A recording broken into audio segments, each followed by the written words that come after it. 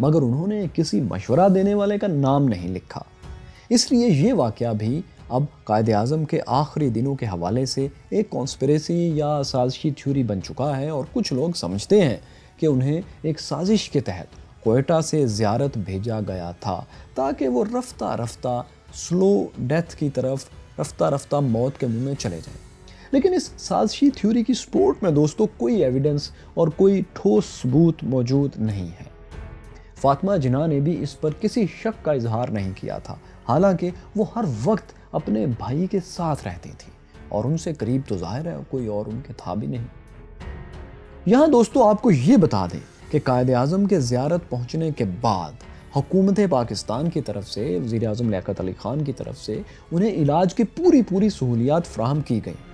فاطمہ جناح جو کہ زیارت میں قائد اعظم کے ساتھ موجود تھیں اور ان کی دیکھ بھال کر رہی تھیں، انہوں نے وفاقی کابینہ کے سیکرٹری جنرل کو فون کر کے قائد اعظم کے لیے لاہور سے ڈاکٹر کرنل الہی بخش کو زیارت بھیجنے کے لیے کہا تھا۔ چودھری نے فوری طور پر ڈاکٹر الہی بخش کو زیارت بھیج دیا اور صرف 2 روز کے اندر قائد اعظم کے پاس وہ پہنچ چکے تھے۔ ڈاکٹر الہی بخش آخری وقت تک قائد اعظم کے ساتھ رہے اور ان کی جان بچانے کی، ان کی صحت کے لیے کوشش کرتے رہے۔ اس دوران انہوں نے بھی قائد اعظم کے علاج کے لیے حکومت سے جب بھی جو بھی مدد مانگی انہیں مہیا کی گئی۔ ان کی مدد کے لیے کوئٹہ سے سول سرجن ڈاکٹر صدیقی اور کلینکل پیتھولوجسٹ ڈاکٹر محمود کو بھی زیارت بھیجا گیا۔ ان ڈاکٹرز نے قائد اعظم کی شدید خرابی صحت کو دیکھتے ہوئے ان کے کچھ ضروری ٹیسٹ بھی کیے۔ جب رپورٹس آئیں تو اب ان کے سامنے بھی وہ راز کھل گیا جسے قائد اعظم کافی عرصے سے چھپائے بیٹھے تھے۔ ڈاکٹر الہی بخش جان گئے کہ قائد اعظم کو ٹی بی ہے، اور یہ بات انہوں نے فاطمہ جناح کو بھی بتا دی۔ اس کے بعد انہوں نے قائد اعظم کو بھی اس کی اطلاع دی، مگر قائد اعظم تو ظاہر ہے پہلے سے اپنی بیماری کے بارے میں جانتے تھے۔ انہوں نے ڈاکٹر سے کہا کہ میں یہ بات پچھلے 12 برس سے جانتا ہوں۔ میں نے اپنے مرض کو صرف اس لیے ظاہر نہیں کیا تھا کہ ہندو میری موت کا انتظار نہ کرنے لگے۔ پھر انہوں نے ڈاکٹر سے پوچھا کہ یہ ٹی بی والی بات انہوں نے کہیں فاطمہ جناح کو تو نہیں بتائی؟ جب ڈاکٹر نے کہا کہ انہوں نے فاطمہ جناح کو بتا دیا ہے تو قائد اعظم نے کہا میرے خیال میں انہیں بتانا ایک غلطی تھی، کیونکہ آخرکار وہ ایک نرم دل خاتون ہے۔ اب قائد اعظم کے مرض کی تشخیص تو ہو گئی تھی، یعنی ڈاکٹرز کو یہ معلوم ہو گیا تھا کہ وہ ٹی بی کے مریض ہیں، مگر ان کے علاج کے لیے جدید سامان کی اب ضرورت تھی۔ ڈاکٹر الہی بخش نے فوری طور پر لاہور ٹیلی گرام بھیجا اور اپنی مدد کے لیے مزید 3 ڈاکٹرز کو بلا لیا، جن میں ڈاکٹر ریاض علی شاہ بھی شامل تھے۔ یہ ڈاکٹرز اپنے ساتھ تمام ضروری سامان اور ایکس رے کے آلات بھی لے کر آئے تھے۔ یوں 4 بہترین کوالیفائڈ ڈاکٹرز تمام ضروری سامان کے ساتھ قائد اعظم کی جان بچانے کی کوشش کرنے لگے۔ اس کے علاوہ قائد اعظم کی دیکھ بھال کے لیے کوئٹہ سے ایک نرس فلس ڈیلن کو بھی زیارت بلوا لیا گیا، یعنی قائد اعظم کی دیکھ بھال میں کوئی کسر نہیں چھوڑی جا رہی تھی۔ لیکن دوستو، جب قائد اعظم کی جان بچانے کی سر توڑ کوشش ہو رہی تھی تو وہاں ایک ایسا واقعہ ہوا جس نے مبینہ طور پر قائد اعظم کو موت کے منہ میں دھکیل دیا۔ اس واقعے کا کچھ ثبوت بھی تاریخ میں موجود ہے، اس لیے اسے نظر انداز نہیں کیا جا سکتا۔ یہ واقعہ تھا قائد اعظم محمد علی جناح کی لیاقت علی خان سے ملاقات۔ وزیر اعظم لیاقت علی خان زیارت میں قائد اعظم سے آخری بار 1 to 1 ملاقات کرنے 30 جولائی کو آئے۔ اب اس ملاقات کی تفصیل اور اس میں ہونے والی باتیں ذرا دل تھام کر اور غور سے سنیے۔ ہوا یہ کہ 30 جولائی کو وزیر اعظم لیاقت علی خان اور کابینہ کے سیکرٹری جنرل چودھری محمد علی کسی پیشگی اطلاع کے بغیر قائد اعظم سے ملنے زیارت پہنچ گئے۔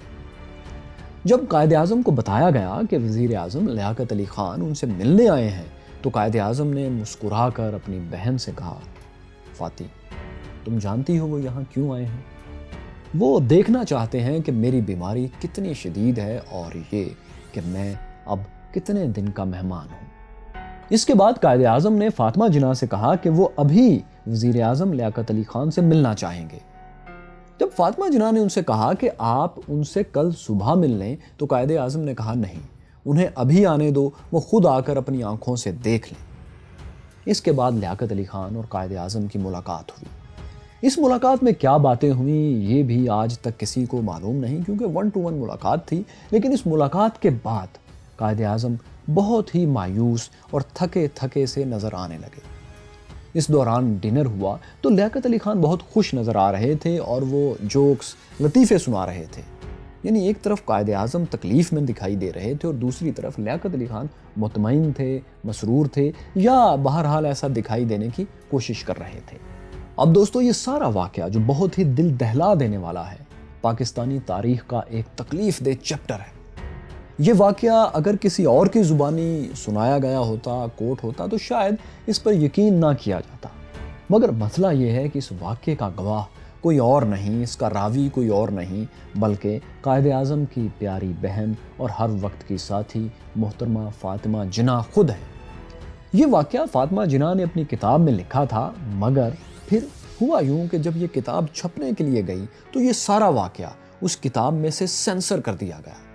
کس نے یہ واقعہ سینسر کیا؟ کس کی اتنی جرت؟ ان جرت مند صاحب کا نام تھا شریف المجاہد۔ ڈان کے کالمسٹ اختر بلوچ، جو human right commission of Pakistan کے کونسل ممبر بھی رہے ہیں، ان کی تحقیق کے مطابق یہ شریف المجاہد تھے جنہوں نے فاطمہ جناح کی کتاب کو سینسر کر کے اس کے ان حصوں کو ہٹا دیا تھا جن میں لیاقت علی خان پر یہ سوالات اٹھائے گئے تھے۔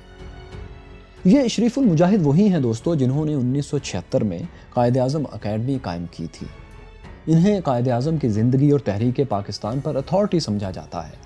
قائد اعظم پر لکھی گئی ان کی کتاب قائد اعظم جناح کو صدارتی ایوارڈ بھی مل چکا ہے۔ دلچسپ بات یہ ہے کہ فاطمہ جناح کی یہ کتاب چھپی بھی شریف المجاہد کی قائد اعظم اکیڈمی ہی سے تھی، لیکن ستم دیکھیے کہ بانی پاکستان کی بہن کی اہم ترین کتاب جو بانی پاکستان کے سب سے قریب رہنے والے انسان نے لکھی تھی، اسے 1987 میں 1987 میں چھاپا گیا، یعنی رائٹر محترمہ فاطمہ جناح کے انتقال کے بھی 20 برس بعد۔ مطلب ایک ایسا ایڈیشن شائع ہوا جسے اس کا مصنف دیکھ ہی نہیں سکتا تھا اور بتا ہی نہیں سکتا تھا کہ ہاں جو کچھ چھاپا گیا ہے میں نے یہی لکھا ہے۔ بہرحال شریف المجاہد ایک ایسے انتھک مجاہد تھے جو تاریخ کو بھی اپنے نظریات کے حساب سے ترتیب دینے میں کوئی برائی نہیں سمجھتے تھے۔ واقعات کو آگے پیچھے کرنا یا کانٹ چھانٹ کرنا ان کے نزدیک بالکل درست بات تھی۔ وہ اس کو دیانت اور صداقت کا مسئلہ نہیں سمجھتے تھے۔ اختر بلوچ لکھتے ہیں کہ انہوں نے شریف المجاہد سے ایک ملاقات کے دوران پوچھا کہ آپ نے آخر فاطمہ جناح کی کتاب کیوں سینسر کی؟ تو شریف المجاہد نے جواب دیا کہ جن حصوں کو ہٹایا گیا وہ دراصل نظریہ پاکستان کے مطابق نہیں تھے، اس لیے مجھے ان کا کچھ نہ کچھ بندوبست تو کرنا تھا۔ اختر بلوچ کے مطابق شریف المجاہد کو اس بات پر کوئی شرمندگی نہیں تھی کہ انہوں نے محترمہ فاطمہ جناح کی کتاب کو سینسر کر دیا۔ لیکن دوستو، بہت پرانی تاریخ میں جو ہیر پھیر ہو چکا وہ تو ہو گیا۔ ماڈرن ہسٹری کے ساتھ ایسا کھلواڑ ممکن نہیں۔ یہی وجہ ہے کہ جو حصہ فاطمہ جناح کی کتاب سے شریف المجاہد نے سینسر کر دیا تھا، اسے قدرت اللہ شہاب نے اپنی کتاب شہاب نامہ میں اردو ترجمے کے ساتھ شائع کر دیا۔ بلکہ انہوں نے تو یہ بھی لکھا کہ غلام محمد، جو اس وقت پاکستان کے وزیر خزانہ تھے اور بعد میں گورنر جنرل بھی بنے، انہوں نے فاطمہ جناح کو ایک اور تکلیف دہ بات بھی بتائی تھی۔ انہوں نے یہ کہا تھا کہ 14 اگست 1948 کو پاکستان کی پہلی سالگرہ کے موقع پر قائد اعظم نے قوم کے نام جو پیغام جاری کیا تھا، حکومت پاکستان نے اسے زیادہ پھیلنے نہیں دیا بلکہ تھوڑا چھپا کر رکھا، جبکہ اس کے مقابلے میں وزیر اعظم لیاقت علی خان کے پیغام کو پرنٹ کروایا گیا، چھپوا کر عمارتوں پر لگایا گیا اور طیاروں کے ذریعے پرچیوں کی شکل میں مختلف علاقوں میں گرایا گیا، لیکن بانی پاکستان کے پیغام کو اس طرح سے تشہیر نہیں دی گئی۔ تو قدرت اللہ شہاب نے لکھا ہے کہ یہ دونوں واقعات، یعنی قائد اعظم نے لیاقت علی خان کے بارے میں جو کچھ کہا اور بعد میں یہ قائد اعظم کے پیغام کے ساتھ جو واقعہ ہوا اس کی تشہیر نہیں دی گئی، یہ دونوں واقعات فاطمہ جناح نے مائی برادر میں لکھے تھے۔ تو قدرت اللہ شہاب کے مطابق انہی دو واقعات کی وجہ سے مائی برادر کی اشاعت میں تاخیر کی گئی۔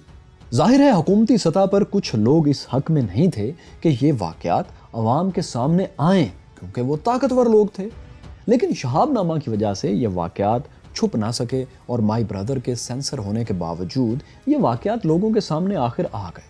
لیکن دوستو یہاں یہ بات بھی آپ کو بتاتے چلیں کہ قدرت اللہ شہاب نے اس سارے معاملے میں کہیں بھی خود سے شریف المجاہد کا نام نہیں لیا کہ مائی برادر کو انہوں نے سینسر کیا تھا، مگر شریف المجاہد نے اس معاملے میں قدرت اللہ شہاب کا نام لیا ہے۔ وہ اس طرح کہ جب اختر بلوچ نے شریف المجاہد سے پوچھا کہ فاطمہ جناح کی سینسر کی گئی باتیں تو قدرت اللہ شہاب نے شائع کر دی ہیں اپنی کتاب میں، تو شریف المجاہد کا جواب بہت حیرت انگیز تھا۔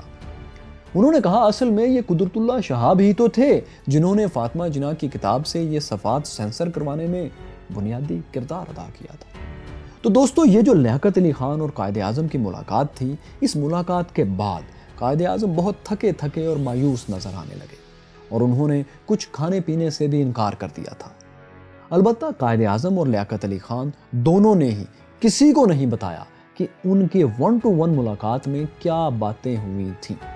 یہی وجہ ہے کہ یہ اہم ملاقات بھی تاریخی سازشی تھیوری کا حصہ بن گئی، بلکہ جس طرح فاطمہ جناح کی کتاب کو سینسر کیا گیا تھا، اسی طرح اس واقعے کو بھی چھپائے رکھنے کے لیے مبینہ طور پر دھمکیوں کا سہارا تک لیا گیا۔ 17 اکتوبر 1979 میں پاکستان ٹائمز میں ایک مضمون چھپا۔ اس مضمون کا ٹائٹل تھا the last days of the Quaid اعظم۔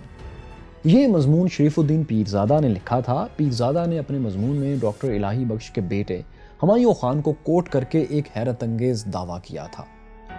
انہوں نے لکھا کہ جب زیارت میں لیاقت علی خان اور قائد اعظم کی ملاقات ہو رہی تھی تو ڈاکٹر الہی بخش قائد اعظم کو دوا کھلانے کے لیے کمرے کے باہر کھڑے تھے۔ لیاقت علی خان ان کے سامنے ہی کمرے سے باہر نکلے اور جب ڈاکٹر الہی بخش کمرے میں گئے تو قائد اعظم سخت پریشان تھے۔ انہوں نے دوا کھانے سے بھی انکار کر دیا اور کہا اب میں مزید زندہ نہیں رہنا چاہتا۔ بعد میں جب قائد اعظم کا انتقال ہو گیا تو لیاقت علی خان نے ڈاکٹر الہی بخش کو بلا کر دھمکی دی کہ اگر وہ زیارت میں لیاقت علی خان اور قائد اعظم کے درمیان ہونے والی بات چیت کے بارے میں کچھ بھی جانتے ہیں تو کسی سے اس کا ذکر نہ کریں ورنہ انہیں سنگین نتائج بھگتنا ہوں گے۔ مائی کیورس فیلوز شریف الدین پیرزادہ نے اپنے مضمون میں جو دعویٰ کیا ہے کہ قائد اعظم کے ڈاکٹر کو لیاقت علی خان نے کوئی دھمکی دی تھی، اس کی تصدیق کرنا بہت مشکل بلکہ شاید ناممکن ہے۔ وجہ یہ ہے کہ ڈاکٹر الہی بخش خود یہ بات کہتے تو اس بات کی کریڈیبلٹی زیادہ ہوتی، اس پر یقین کیا جا سکتا اور اس میں کچھ وزن ہوتا۔